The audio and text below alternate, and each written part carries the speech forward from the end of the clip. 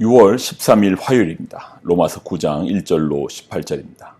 먼저 양해를 부탁드리는 것은 보통 제가 원고를 화면에 띄워서 이렇게 녹화를 하면서 동시에 원고를 보면서 하는데 오늘 한글 파일이 좀 잘 열리지가 않네요. 빨리 그 이상한 점을 찾도록 하겠습니다. 그래서 좀 고개를 숙이더라도 이해를 해 주십시오. 자, 로마서 9장 1절로 18절. 내가 그리스도 안에서 참말을 하고 거짓말을 아니하노라. 나에게 큰 근심이 있는 것은 마음에 그치지 않는 고통이 있는 것을 내 양심이 성령 안에서 나와 더불어 증언하노니, 나의 형제 곧 고륙의 친척을 위하여 내 자신이 저주를 받아 그리스도에게서 끊어질지라도 원하는 바로다. 그들은 이스라엘 사람이라.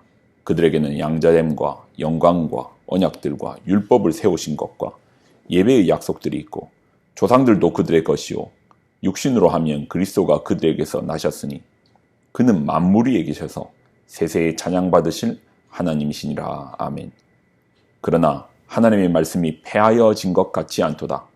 이스라엘에서 난 그들이 다 이스라엘이 아니요 또한 아브라함의 씨가 다 그의 자녀가 아니라 오직 이삭으로부터 난 자라야 내 씨라 불리리라 하셨으니, 곧 육신의 자녀가 하나님의 자녀가 아니요 오직 약속의 자녀가 씨로 여김을 받느니라. 약속의 말씀은 이것이니, 명년 이때에 내가 이르리니 사라에게 아들이 있으리라 하심이라. 그뿐 아니라 또한 리브가가 우리 조상 이삭 한 사람으로 말미암아 임신하였는데 그 자식들이 아직 나지도 아니하고 무슨 선이나 악을 행하지도 아니한 때에 택하심을 따라 되는 하나님의 뜻이 행위로 말미암지 않고 오직 부르시는 이로 말미암아 서게 하려 하사, 리브가에게는 이르시되 큰 자가 어린 자를 섬기리라 하셨나니, 기록된 바 내가 야곱은 사랑하고 에서는 미워하였다 하심과 같으니라. 그런즉 우리가 무슨 말을 하리요? 하나님께 불의가 있느냐? 그럴 수 없느니라. 모세에게 이르시되 내가 긍휼히 여길 자를 긍휼히 여기고 불쌍히 여길 자를 불쌍히 여기리라 하셨으니, 그런즉 원하는 자로 말미암음도 아니요 다른 박질하는 자로 말미암음도 아니요 오직 긍휼히 여기시는 하나님으로 말미암음이니라. 성경이 바로에게 이르시되 내가 이 일을 위하여 너를 세웠으니 곧 너로 말미암아 내 능력을 보이고 내 이름이 온 땅에 전파되게 하려 함이라 하셨으니, 그런즉 하나님께서 하고자 하시는 자를 긍휼히 여기시고 하고자 하시는 자를 완악하게 하시느니라. 아멘. 기도하겠습니다. 하나님, 주시는 말씀을 귀하게 붙듭니다. 말씀 속에 있는 생명, 하나님의 주권, 능력 부여잡게 하여 주옵소서. 영광을 드립니다. 예수님의 이름으로 기도드립나이다. 아멘.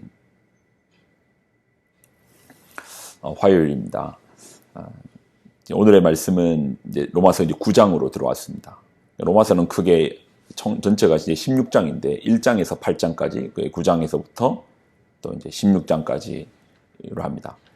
조금 더 엄밀히 말하면 1장에서 8장, 9장에서 9, 10, 11, 그리고 12장에서 16장, 이렇게 이제 세 파트로 나눌 수 있는데, 이제 9장부터 9, 10, 11일은 어떻게 보면 이 바울이 이스라엘을 향하여서 이야기하는 내용입니다. 예. 그러면 이스라엘에게만 하는 이야기면 우리하고는 상관없는가? 아니요.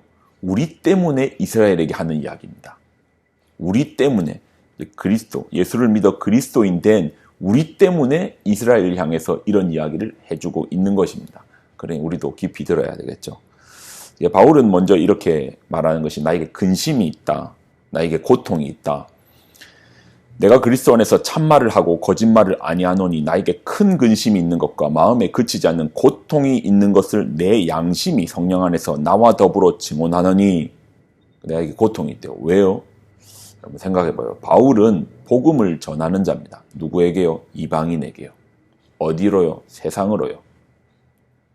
로마서도 마찬가지죠. 로마서에 해당되는 사람들이 유대인입니까? 아니요. 이방인입니다. 이스라엘은 오래전부터 선민사상이 있었습니다. 출애굽을 하면서 하나님과 직접적인 계약을 맺었던 민족입니다.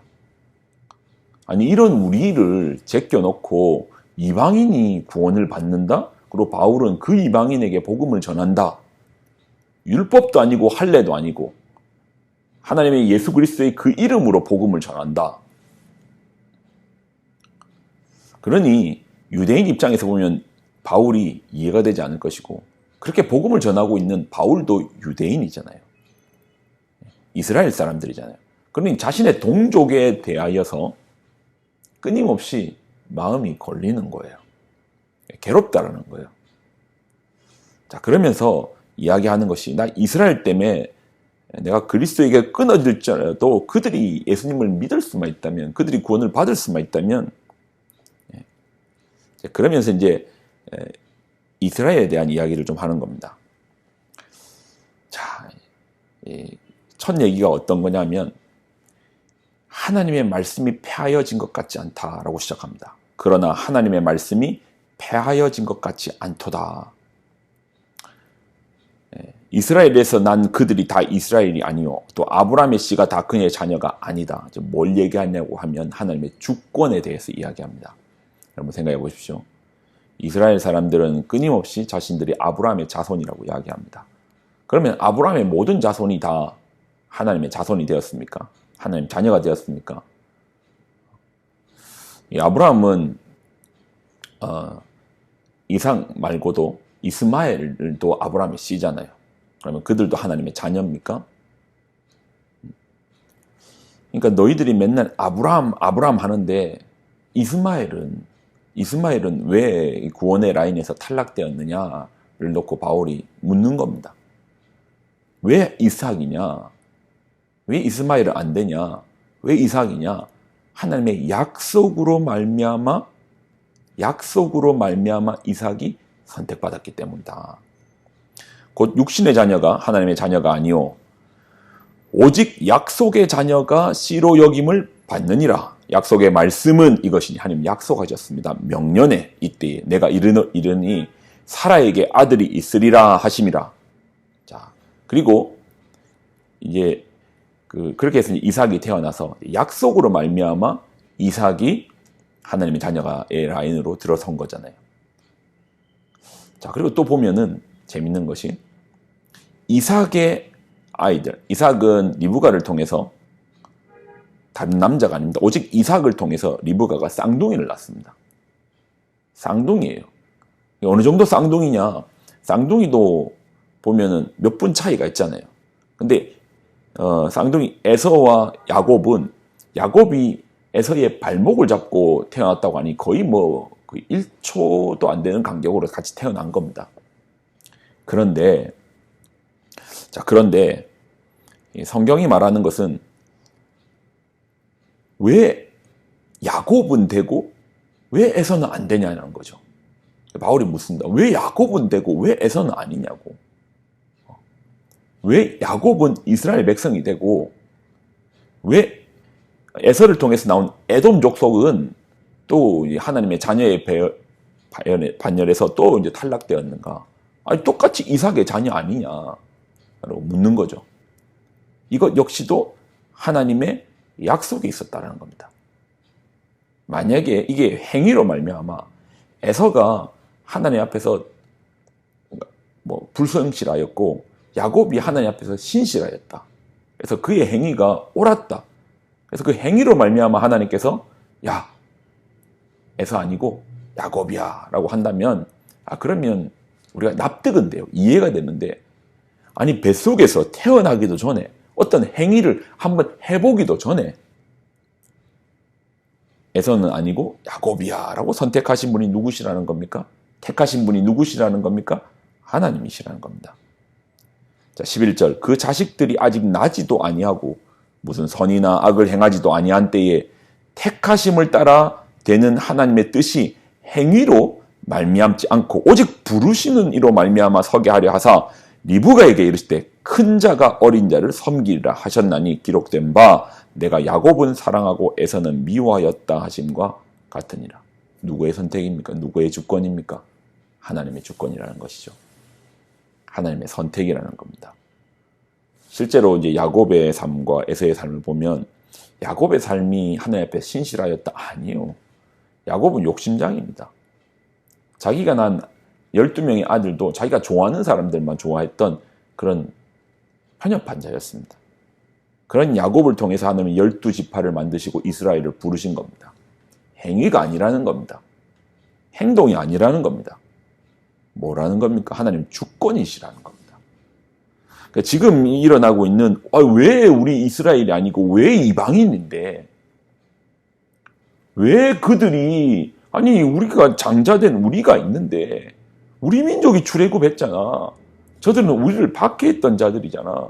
왜 저들은 되고 왜 우리는 지금 이 라인에서 벗어나고 있는데 완전히 벗어난 건 아닙니다. 하나님 돌아오게 하실 겁니다. 근데 그들 입장에서 왜 이방인에게 복음을 전하는데 이게 다 무엇이다? 하나님의 주권이시다. 하나님의 말씀이시다. 하나님의 약속이시다. 이거 우리가 결정하는 거 아니다. 하나님 정하신 것이야. 그러니 너희가 핑계할 수 없어. 어디 감히 하나님 앞에서 왜 우리는 안 됩니까? 왜 나에게는 안 주십니까? 주시는 분의 뜻에 따라서 주시는데 못 받은 사람이 왜 나는 안 주는데? 라고 어떻게 말할 수 있겠습니까? 하나님의 주권이 있다라는 겁니다. 그런즉 하나님께서 하고자 하시는 자를 긍휼히 여기시고 하고자 하시는 자를 완악하게 하시는 게 하나님의 주권이시라는 겁니다. 하나님의 주권을 붙들어야 됩니다.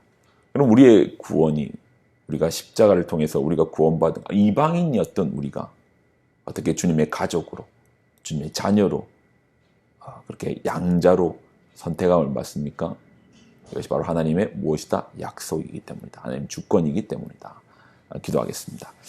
하나님 우리의 인생을 지키시고 보호하시고 함께하시고 우리를 선택하시고 부르시고 인도하셔서 끊임없는 사랑 가운데 우리를 구원의 문으로 인도하여 주시는 하나님 주님의 주권을 인정합니다. 감사드립니다. 나 같은 죄인을 구원하사 사랑하사 우리로 주의 자녀되게 하심을 그 놀라운 주님의 그 사랑 선택하심 불러주신 그 은혜를 찬양합니다. 영광을 드립니다. 예수님의 이름으로 기도드립나이다. 아멘.